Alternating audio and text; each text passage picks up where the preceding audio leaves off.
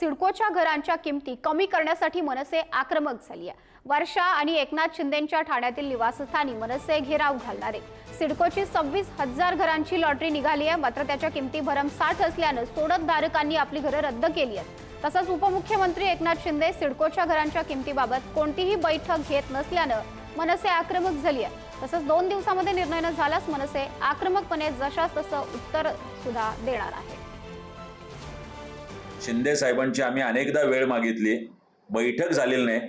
जर पुढच्या 2 दिवसात ही बैठक घेऊन 26,000 सिडको सोडतधारक यांच्या घरांच्या किमती 20 ते 30% कमी झाल्या नाहीत तर खासदार नरेश म्हस्के असतील, एकनाथ शिंदे साहेबांच्या ठाणे इथले निवासी नाहीतर वर्षा बंगल्यावर जायला ऐन गणपतीत महाराष्ट्र नवनिर्माण सेना आणि सिडको सोडतधारक कमी करणार नाहीत।